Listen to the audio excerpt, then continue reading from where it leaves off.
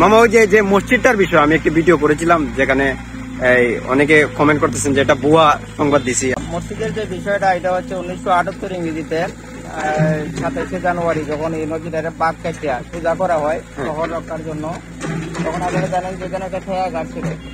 ওই যে সাংবাদিক জাহাঙ্গীর আলম প্রেস ক্লাবের সেক্রেটারি যেখানে দাঁড়িয়ে আছেন, এখানে খেয়া ঘাট ছিল। খেয়া ঘাটের পাশাপাশি মধ্যবাজারে ওঠার জন্য একটা রাস্তা ছিল 12 ফিট, আর এর লাগা 100 জায়গার মধ্যে একটা মসজিদ ছিল। এটা আমিও জানতাম না।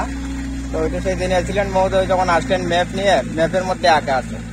ম্যাপ তো আর মিথ্যা না, যেহেতু মিথ্যা না, সেহেতু আমরা ওই ম্যাপ অনুযায়ী যেখানে যেটা ছিল রাস্তা 12 ফিট ছিল এটা বের করবো। আর মসজিদ যেটা ছিল, আগের দিনের মানুষ কিন্তু ধর্মভীরু ছিল, তারা খেতে কাজ করতো, তারা নামাজ পড়তেন, তারা খেয়া ঘাট পারিত, নামাজের সময় হইলে তারা নামাজ পড়তেন। সেই দৃষ্টিকোণ থেকে এখানে ছিল। এবং মসজিদ আমরা পুনরুদ্ধার করে আবার 100% জায়গার মধ্যে মসজিদটা আমরা করবো। কেন করবো? এটা যখন পর্যটন হবে, পর্যটনের সময় অনেক মানুষ আসবেন, অনেক মহিলারা আসবেন, অনেক পুরুষরা আসবেন, অনেক বাচ্চা কাচ্চা আসবেন, যারা নামাজ পড়বেন, আমাদের জন্য এখানে স্থানটা আমরা করবো। আচ্ছা আচ্ছা, এটা ঘটনা সত্য। তো এই চুনারঘাট পুরাতন কয় নদীর কাজ তো গত 40-45 বছর যাবতীয় গুণা যেটা, তো এটা অনেকে তো মনে করেছেন যে 2-3 মাসে হয়ে যাবে। তো আসলে আপনারা তো দেখা যায় আজ প্রায় 4 মাসের মতন কাজ চলতেছে, তো আর কতদিন লাগতে পারে? আরো 8 মাস সময় লাগবে, কারণ 40 বছরের গুণা 4 মাসে মাপ হয় না। আল্লাহরে ডাকতে ডাকতে 40 বছর সময়, 40 বছরের গুণা 1 বছর তো লাগবে।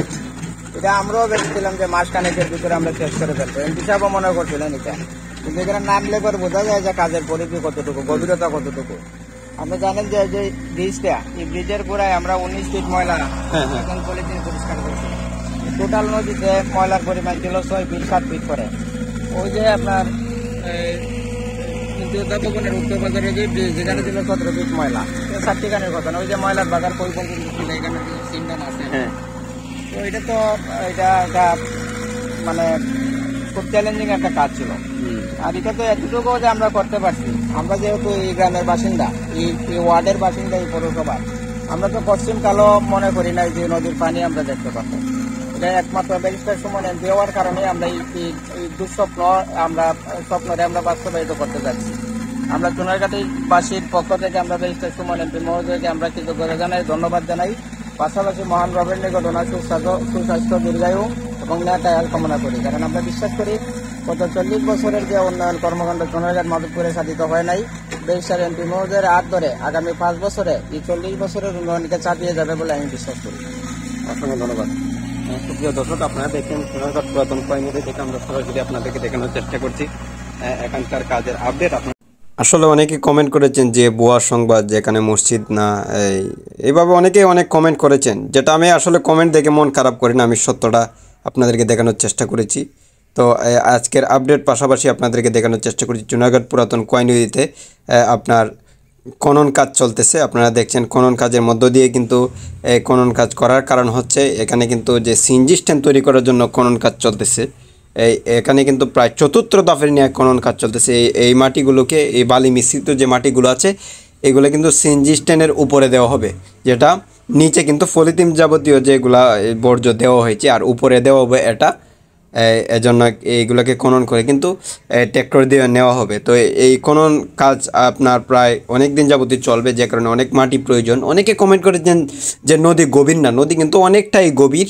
আপনারা হয়তো দেখেছেন যে আপনার যে নদীর পাড়টা কতটুকু উঁচু, তো পাড় যদি এতটুকু উঁচু হয় তো নদীটাও অনেকটাই গভীর। তো এরপরও প্রায় এখানেও প্রায় 3 থেকে 4 ফুট পর্যন্ত কিন্তু এই নদীটাকে গভীর করা হচ্ছে। তো নদী তো গভীর হবে এবং এটার মধ্যে স্বচ্ছ পানি ফিরে আসবে, এটাই আমরা আশা এবং প্রত্যাশা করতে পারি। তো দেশ এবং প্রবাস থেকে কিন্তু অনেকে এই কার্যক্রম প্রতিনিয়ত আপডেটগুলো দেখে থাকেন। তাদের প্রতি অন্তঃস্থল থেকে দোয়া এবং ভালোবাসা রইল।